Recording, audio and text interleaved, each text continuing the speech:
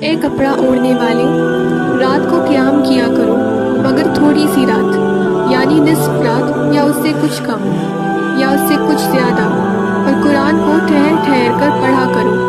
ہم عنقریب تم پر ایک بھاری فرمان نازل کریں گے۔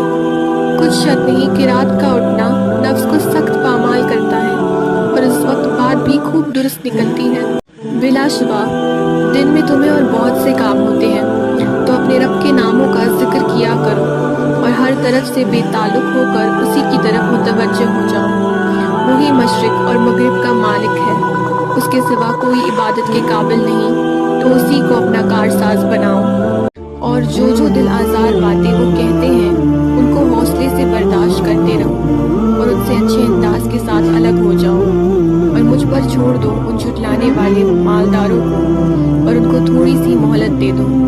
بلا شبہ ہمارے پاس بیڑیاں ہیں اور بھڑکتی ہوئی آگ ہے اور گلے میں اٹکنے والا کھانا اور دردناک عذاب ہے، جس روز زمین اور پہاڑ لرزنے لگیں گے اور پہاڑ ایسے بھربھرے ہوں گے جیسے ریت کے ٹیلے ہوتے ہیں۔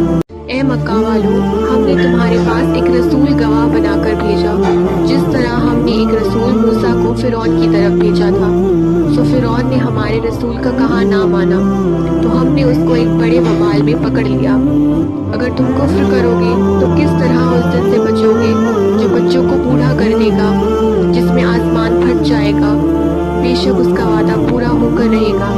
یہ قرآن تو ایک نصیحت ہے، تو جو شخص چاہے اپنے رب کی طرف راستہ اختیار کرے۔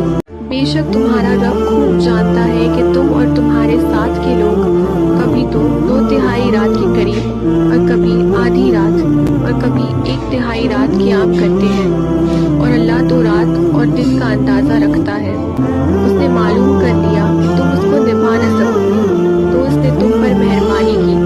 آج جتنا آسانی سے ہو سکے اتنا قرآن پڑھ لیا کرو۔ اس نے جان لیا کہ بعض تم میں بیمار ہیں اور بعض معاش کی تلاش میں ملک میں سفر کرتے ہیں اور بعض اللہ کی راہ میں لڑتے ہیں، تو جتنا آسانی سے ہو سکے